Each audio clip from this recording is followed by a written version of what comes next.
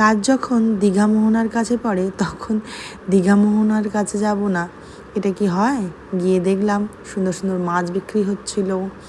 তারপর ট্রলারগুলো আবার ঝুড়ি ঝুড়ি মাছ আনতে যাচ্ছিল, টাটকা টাটকা মাছ, আর এত সুন্দর লাগছিল।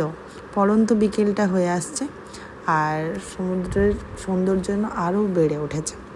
তো একেবারেই কাজে যেতে ইচ্ছেই করছিল না, কিন্তু কাজ তো কাজই হয়, প্রচুর দায়িত্ব মাথায় থাকে। একটা মেয়ের জীবনের সবচেয়ে গুরুত্বপূর্ণ দিন বলে কথা, বিয়ে, রিসেপশন, এই দিনগুলোর সব থেকে যে গুরুত্বপূর্ণ কাজ, সেই কাজের দায়িত্বই থাকে আমার উপর।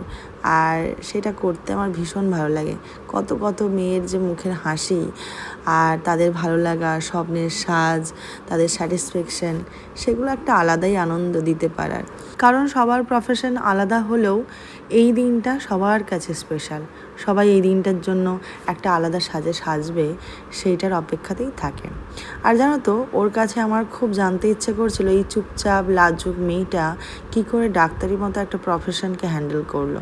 কারণ আমি সব ব্রাইডের কাছেই টুকটাক সবার প্রফেশনের গল্পই শুনতে চাই, বেশ ভালো লাগে আর কাজটাও হয়ে যায়। তো ওর এই প্রফেশনে আসার জন্য স্ট্রাগল, ওর অ্যাডজাস্টমেন্ট, ওর সব কিছুর সাথে সবার সাথে মানিয়ে নেওয়ার গল্প শুনতে শুনতে এই মিষ্টি করে ব্রাইডটিকে রেডিও করে ফেললাম।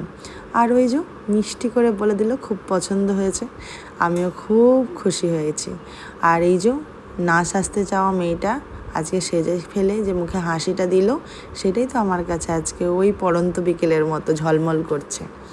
তারপর দেখো, এই যে পুরনো জিনিস সবসময়ের জন্যই আমাকে টানে, তার শাশুড়ি মায়ের কোমর বিছে তার বিয়ের জিনিস বৌমাকে দিল আজ। আর এই যে বাড়ি থেকে বেরিয়ে আসছি ওদের, তখন দেখলাম এই যে পুরনো যত কয়েন, অনেক পুরনো দিনের পয়সা সব এইভাবে সাজিয়ে রেখেছে। এই হচ্ছে স্মৃতি।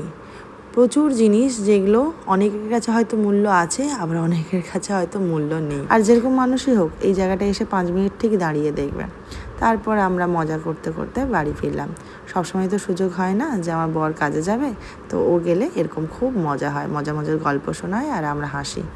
আচ্ছা, ঝটপট কমেন্ট করে জানাও তো তোমরা আমরা দীঘা মোহনা থেকে কী কী কিনলাম আজকে সবাই।